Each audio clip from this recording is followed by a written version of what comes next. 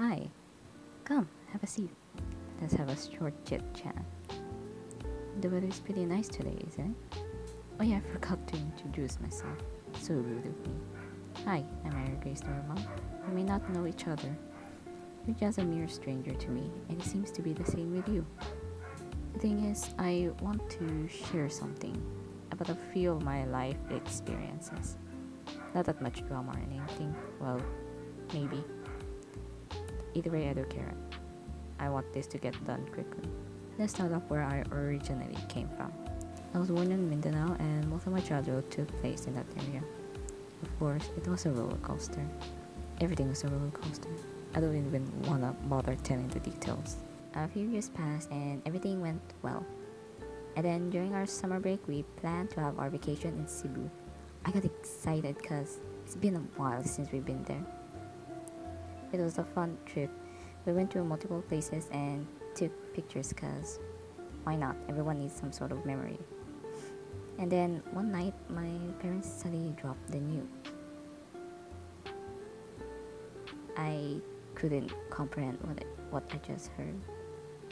I just sat there and held my head low. Two emotions mixed inside of me.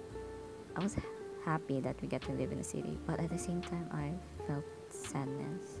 I have to leave everything behind and start a new life in the city. By the time I got to school, it was overwhelming. I felt anxious because I didn't know my classmates, but they seemed really friendly. One thing I've noticed is that the way they speak.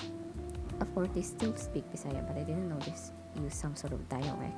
I got confused a little bit, but I can still understand them. The way they speak is kind of lazy-ish.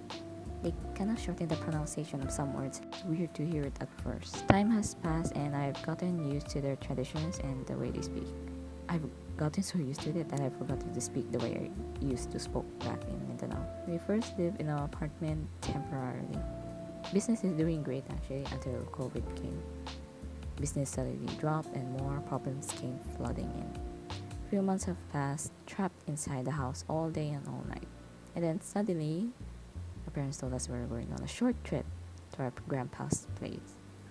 We got there safe and sound, and the next thing we know, we're stuck there. We heard the news that Cebu is going for another lockdown. No outsiders allowed inside the city. And that's where I am today, still living where my grandfather lives. Although our house is a few meters apart. Have you been listening? I think that's all I have to say. Guess this is goodbye then. Thanks for listening.